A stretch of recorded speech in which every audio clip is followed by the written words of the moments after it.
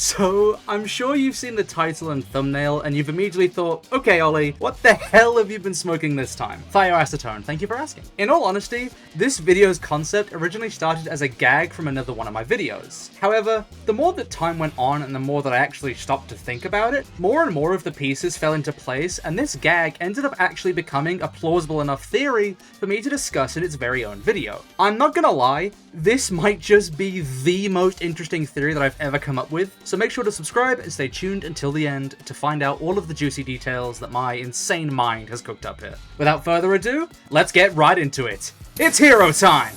So, before I even start to explain how and why Khyber could be a time traveler, let's first look at the evidence that put this idea on my radar in the first place, the roster of predators within the Nemetrix. So, we know that the Nemetrix contains the DNA of 10 alien predators: the bug lizard, the crab dozer, the psycholeopteran or the hypnotic, the muculator, the omnivoracious, the penuncian, the slamoid or the slamworm, the tarantula, the Cassifex ultimasauria or the tyrannopede, and the Weistopus. This roster might not seem particularly strange at first glance, since all 10 of these predators are the predators of species found within the Omnitrix.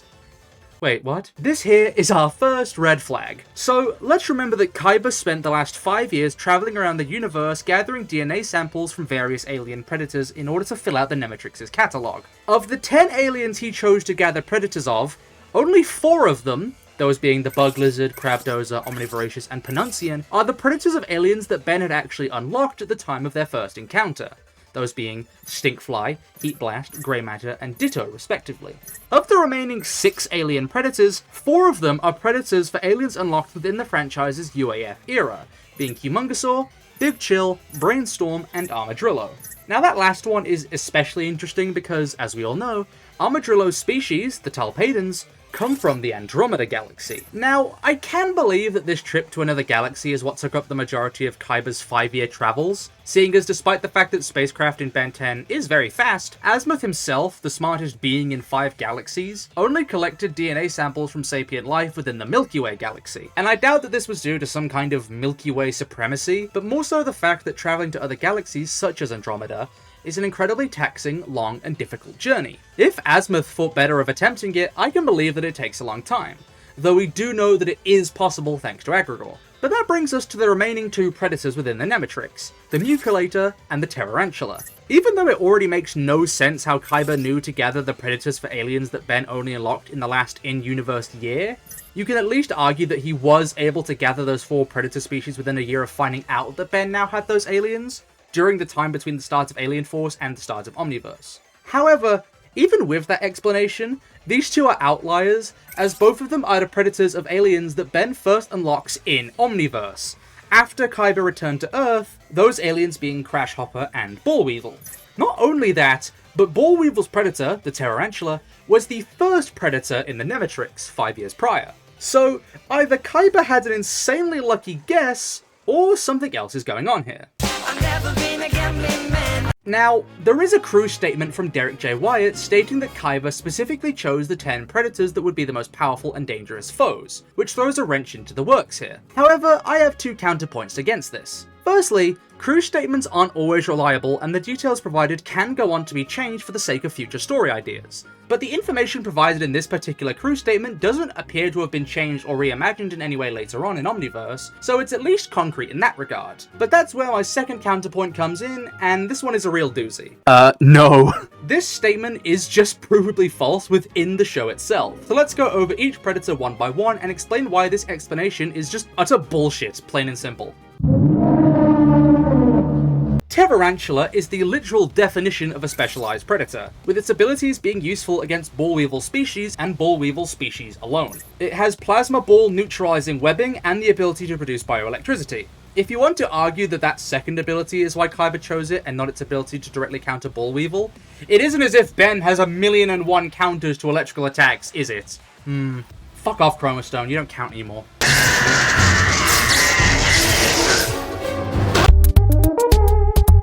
Why the fuck would Khyber choose this species if he was after only the most powerful predators he could find? Was this one just in a bargain bin and he thought, fuck it, that one'll do it? This predator is so specifically useful against only Ballweevil that there is no feasible reason outside of that for why Khyber would get this thing. And even then, it doesn't make sense because why did he prioritize getting a predator specifically for one of Ben's weakest aliens? Actually, we'll get back to that one later. Ding, ding, ding, ding, ding, ding, ding.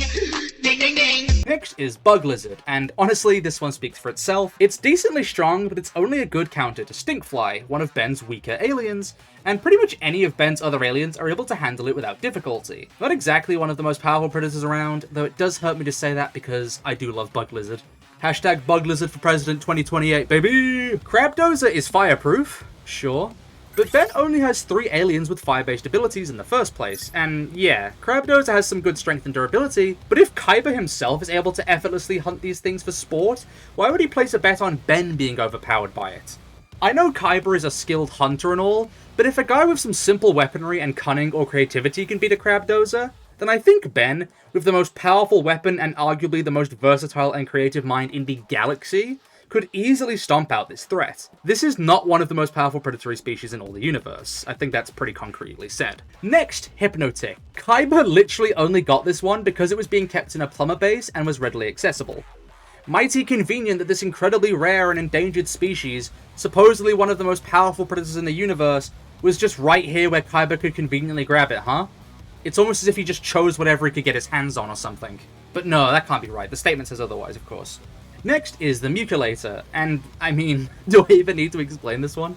Outside of having some pretty sizable strength, pun intended, this thing's only ability is that it has some sticky globs on it that can get orthopterans like Crashhopper caught in them. Sure, maybe some of Ben's other aliens can get stuck in this goo as well, but there is so much mass on this thing's body that isn't covered in sticky goo, that Ben could easily just aim for that instead. As much as I adore this pugly alien, it does not deserve the title of being one of the strongest predators in the universe. I'm bigger than you, I'm higher in the food chain. Get in my belly! Next is the Omnivoracious, and it isn't that powerful either. It was added specifically to kill Azimuth, seeing as Galvans are the species' natural prey. I mean, that's about it. Then there's the Penuncian, which despite being the Splixen predator, was so shit at its job that Ben was able to escape it several times in quick succession as a Splixen. You know, ditto. You can't exactly be one of the most powerful predators in the universe if you can't even easily kill your own prey species. Yes, Ditto is the genetic pinnacle of his species thanks to the Omnitrix, but still, a Penuncian should not be having this much trouble. This is just sad. Justice for Battlecat. Battlecat for President 2032.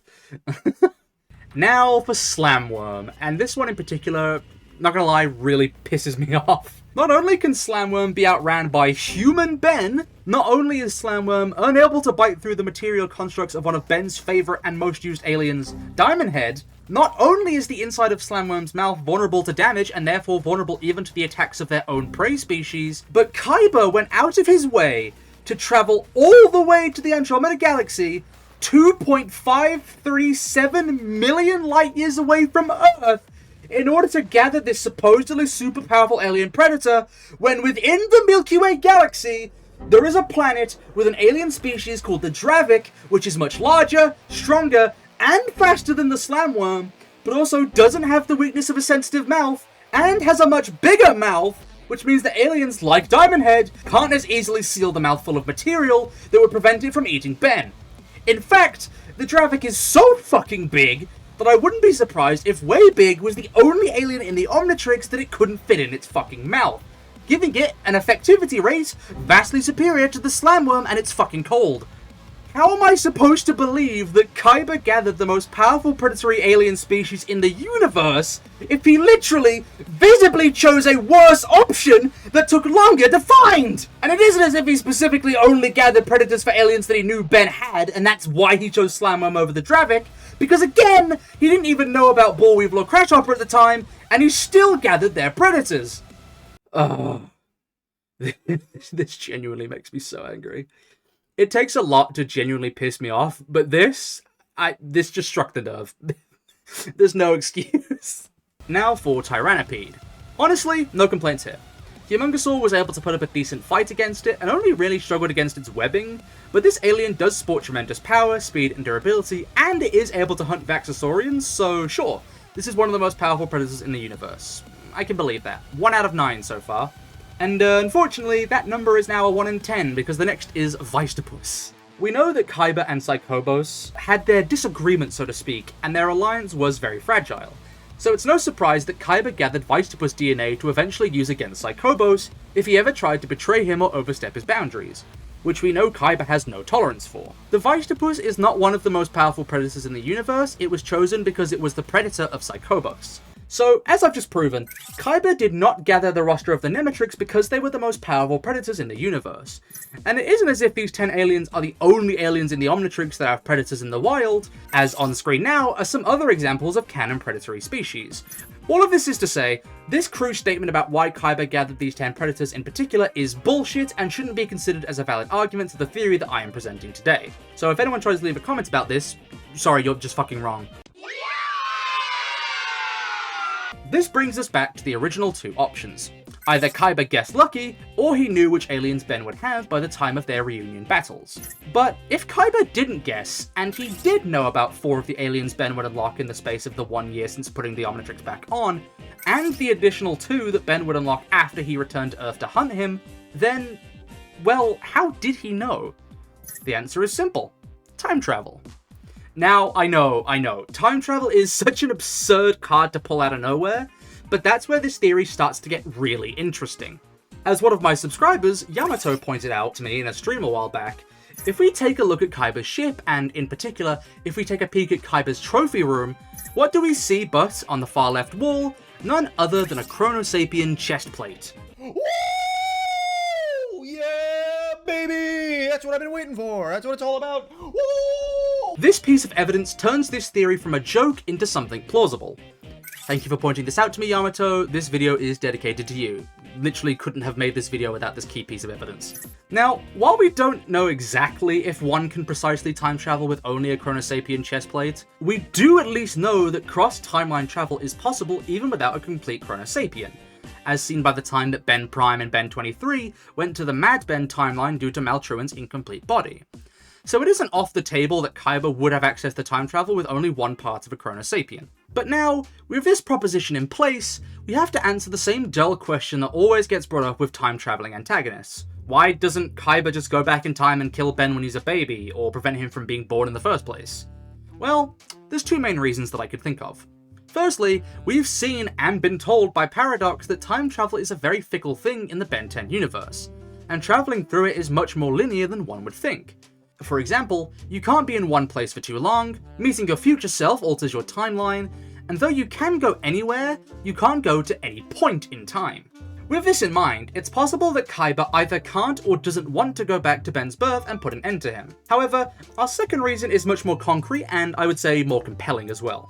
Khyber's pride as a hunter. We know that Khyber enjoys nothing more than the thrill of the hunt. For him, the chase is even more enticing than the victory. We've even seen him put aside easy opportunities to kill Ben several times, because Khyber doesn't want to kill Ben so much as he wants to hunt him. Think about this. What is more enticing to someone obsessed with the thrill of the hunt than a guy who has access to over 1 million different unique alien species? To Khyber, Ben is essentially a treasure trove of different hunting opportunities.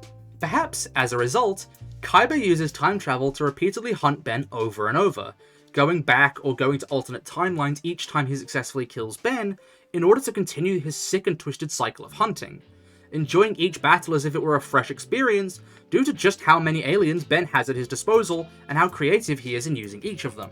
Perhaps the reason for Khyber sparing Ben several times is due to the fact that he previously killed Ben in those alien forms, so we let him go in order to give him the chance to transform into something that Khyber hadn't killed him as yet. You know, fresh game. After all, Khyber is very familiar with Ben, regarding him as if he were an old and trusted friend. Though he hunts him, Khyber has immense respect for Ben and his aliens, as displayed several times throughout his appearances, almost as if he's known him for a long time. Heck, Khyber even dreams about being Ben's friend, and knows several Earth phrases despite the fact that he's only really been on Earth once in the past, until he reappeared. And we've seen from Rook that it's kind of hard for aliens to just adjust to human culture on the fly. Call me Ben, dude. Okay, Ben dude. Not only that, but Khyber was aware of the term Osmosian when referring to Kevin, and since he had absolutely no association with the Rooters or any of their brainwashing, the only way he could know that Kevin was an Osmosian would be through the words of Ben, Gwen, and Kevin themselves, meaning that potentially he learned that information from Ben in a previous battle. because obviously Kevin being an Osmosian is never brought up directly to Khyber's face in any encounter that we know of. So, either Khyber time-travelled back to before the Celestial Sapiens warped reality and changed the law of Osmosians, which we know must have happened because otherwise how the fuck would Agrigor exist and how would Osmos 5 be a real planet on a navigation system? Fastest course to Osmos 5. You fucking really can't say that word anymore. Or he was told Kevin was an Osmosian by Ben and crew themselves. To further support the idea that Khyber is a time traveller obsessed with killing Ben over and over in each of his various alien forms, let's take another look at Khyber's various trophies on his ship. Outside of the Chronosapien chestplates, which could potentially even be from Clockwork himself due to the fact that they have similar colours, several more of Khyber's trophies do raise an eyebrow. Ignoring these two references to Transformers Animated, this seemingly irrelevant skull here, and the skull of a crab dozer, the rest of these items on display belong to species that Ben has within the Omnitrix. An evolved Vaxasaurian helmet and skull, a Talpadan arm, a Vulpamanta skin rug, a Geocolony Aereo shell, and an entire Apoplexian skeleton. Let's dissect the significance of each of these one by one. So, first of all, the helmet and skull. Since I've already dedicated an entire section of this video to the fact that writer statements aren't exactly bulletproof and can sometimes just be provably false, I'm gonna disregard the writer's statement about this being a common helmet worn by Vaxasaurian soldiers, especially since Albedo's evolved Vaxasaurian form in Omniverse literally has a modified version of the helmet built into it. As a result, it's pretty much confirmed that this helmet belongs to Ultimate Humongosaur, meaning that Khyber fought Ben as far back as the UAF era, or went into timelines where Ben still had access to the Ultimatrix, which would explain how he knew during his 5-year absence that Ben would get a Vaxasaurian form, and therefore went to get Tyrannopede DNA to counter it. Next, the Talpadan arm. We know that Khyber went to Piana Lucans to get Slamworm DNA, so it's very possible that this is the arm from a Talpadan he fought there. But this is just as likely to actually straight up be the severed arm of Armadrillo, taken as a trophy after a previous battle. Honestly, it's 50-50 here. Now for the Vulpamanta skin rug.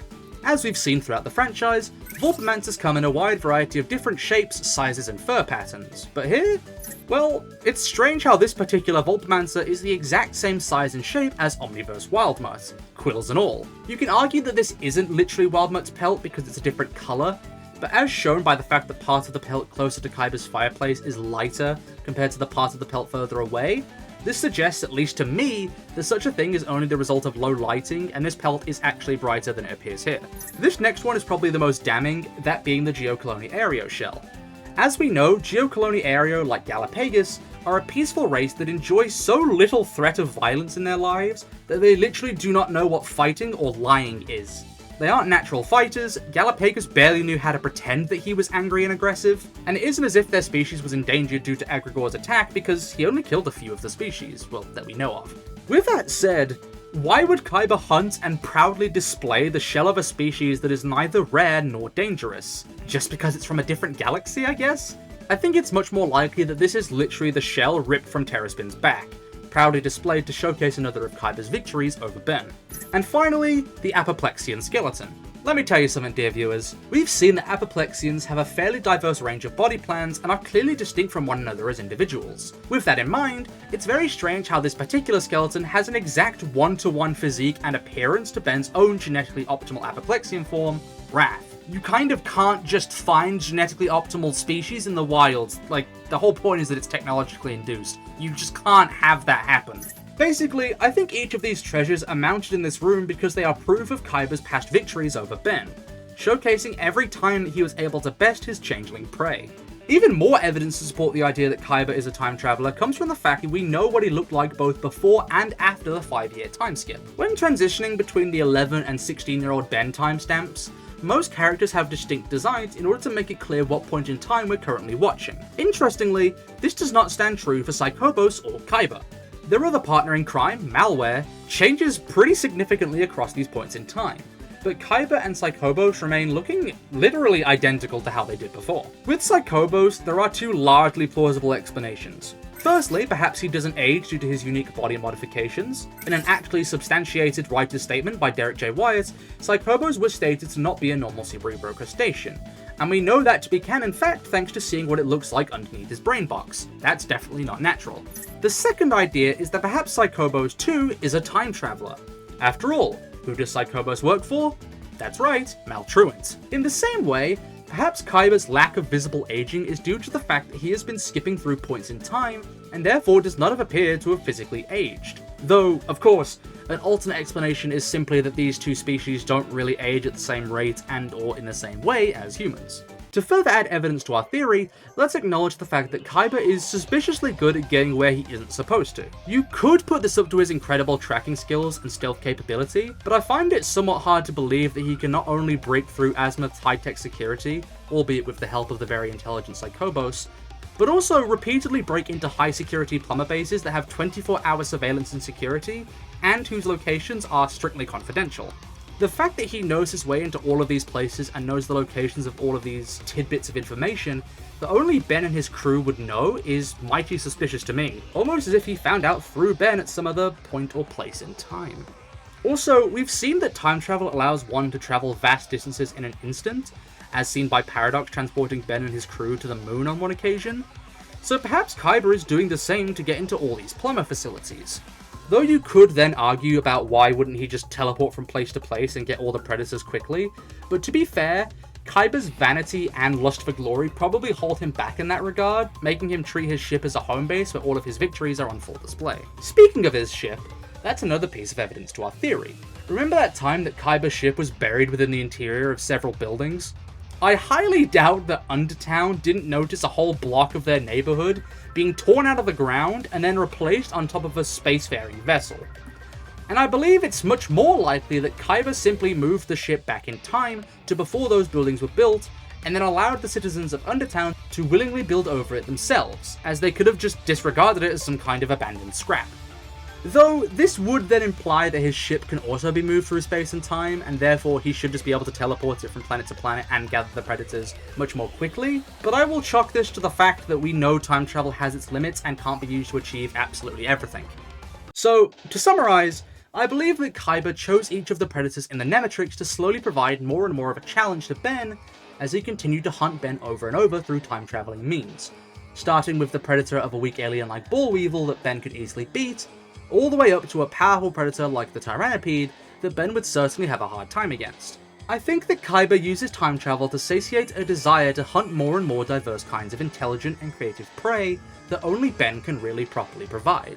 Over time, he kills Ben in more and more of his various alien forms and takes the dead bodies of Ben's aliens after those battles to display as trophies of his victories, seeking to make an entire collection out of every single alien in Ben's roster. Perhaps the first time Khyber actually saw Ben was in a time closer to the modern day, when he saw Ben get de-aged and turn into Ball Weevil, thus prompting him to gather Terrorantula DNA to fight against 11-year-old Ben in the past, falsely believing that Ben had Ball Weevil unlocked at the age of 11 due to this instance.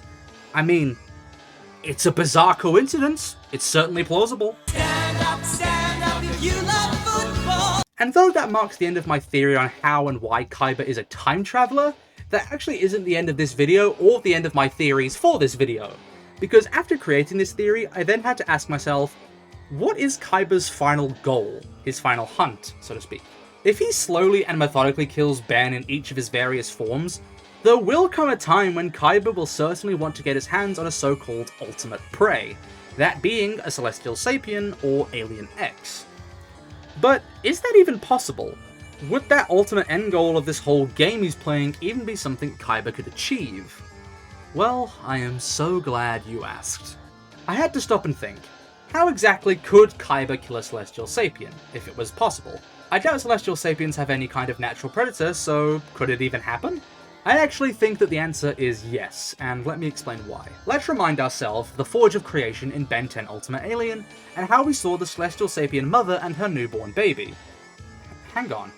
A newborn baby? A Celestial Sapien is born into this world as a baby, and then grows into an adult? Such a thing would mean that, well, that Celestial Sapiens could experience the passage of time and aging. A cold chill shot up my back at this realization, because at that exact moment, I realized that it was possible. If Celestial Sapiens could experience the passage of time and aging, then that means that they were also susceptible to things such as age manipulation via time manipulation, a process that we know to be possible in the franchise thanks to several examples. By that logic, if there was something that could reverse time per se, then a celestial sapien could be reverted back to being an infant state, or even reversed out of existence due to being aged back to the point of 0, or pre-birth. Thus, that would technically count as successfully hunting a celestial sapien, successfully killing it by erasing it from existence. This could even explain why celestial sapiens did not intervene with Maltruant's plan to rewrite all realities in his image via the Chronosapien time bomb, because they themselves fear the power of time, even if they themselves can wield it to some degree. And hell, on that note, Alien X never really stops time at all, so perhaps celestial sapiens just cannot manipulate time. In the case of Ben's universe being destroyed by the Annihilar Genesis Toria Fimiagast, time was not rewound, but rather an identical universe was created. In the case of the dam that Alien X supposedly reverses time on, note that the command is not time reversal motion carried, but rather water stopping motion carried.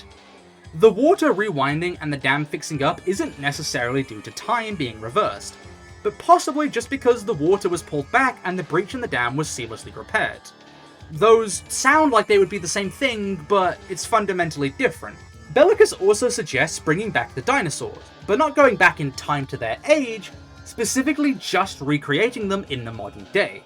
Why didn't the Celestial Sapien Council just rewind time to before Ben recreated the universe if they had a problem with him doing it at all? Maybe Celestial Sapiens just can't manipulate time whatsoever, and thus, as I'm theorizing here, time is their one and only weakness.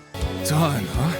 Thanks for the tip. So, could Khyber use that potential weakness against them? Sure, Chronosapiens can rewind time on an individual, as can Time Lords like Eon and Paradox, but seeing as Khyber seems to prefer Zed using the Nematrix to combat Ben, is there any kind of non-sapient species that Khyber could put into the Nematrix to kill a Celestial Sapien via time-based abilities? Well, yes, actually, there is. The Time Beast.